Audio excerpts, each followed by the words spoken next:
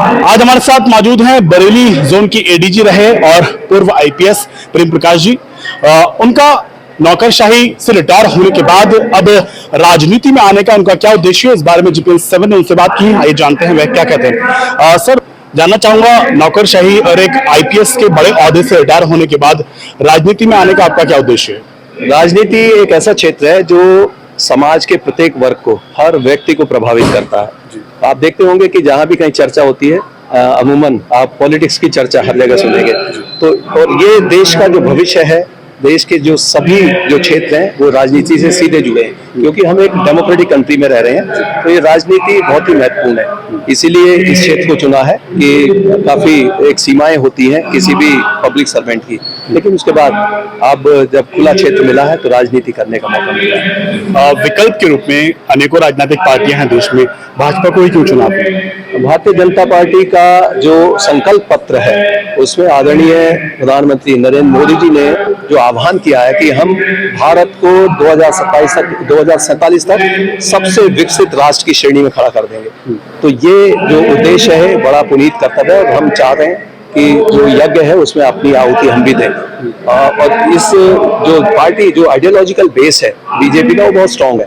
और भी है आइडियोलॉजिकल पार्टी, लेकिन मैं देखता हूँ कि कहीं ना कहीं वो अपनी आइडियोलॉजी से भटक रही है। इसलिए जो भारतीय जनता पार्टी में रहकर देश की और अपने समाज के जो व्यक्ति हैं उनकी हम ज्यादा अच्छी सेवा कर सकते हैं। भारतीय जनता पार्टी आपने ज्वाइन की है और देश में लोकसभा चुनाव का माहौल है, आखिरी चरण 1 जून को है। ऐसे में पूर्ण बहुमत की सरकार के लिए 272 सीटें लाना आवश्यक है। क्या भारतीय जनता पार्टी बहुमत का आंकड़ा छू पाएगी? इस बार भारतीय जनता पार्टी पिछले सभी रिकॉर्ड ध्वस्त करने जा रही है, और जो लोगों की या विपक्षियों की जो अभी तक की जो सोच है कि शायद कहीं कमी रह जाएगी, ऐसा कुछ नहीं है। इस बार पूर्ण बहुमत के साथ भारतीय जनता पार्टी की सरकार बनने जा रही है। और जो उन्होंने रिजर्वेशन के ऊपर अपना स्टैंड दिया है कि हम किसी भी कीमत पर जो अनुसूचित जाति, अनुसूचित जनजाति और बैकवर्ड का रिजर्वेशन है उस पर कहीं आंच नहीं आने देंगे। इससे भी प्रभावित होकर हमने पूरी तरह से उनको सपोर्ट किया है और जनता की पूरी सपोर्ट उनको मिल रही है। राजनीति में आने के बाद आप सोशल वर्क से जुड़ गए हैं। यहाँ पर अनुसूचित जाति और जनजाति के छात्र छात्राओं का सम्मान समारोह भी हुआ है। ऐसे में दलित समाज से आप आते हैं, दलित समाज के उत्थान के लिए अब आप क्या करेंगे? मैं शुरू से ही जब अपना जो छात्र जीवन था उसके बाद से नौकरी में आए, लगातार सामाजिक संस्थाओं से जुड़े रहे।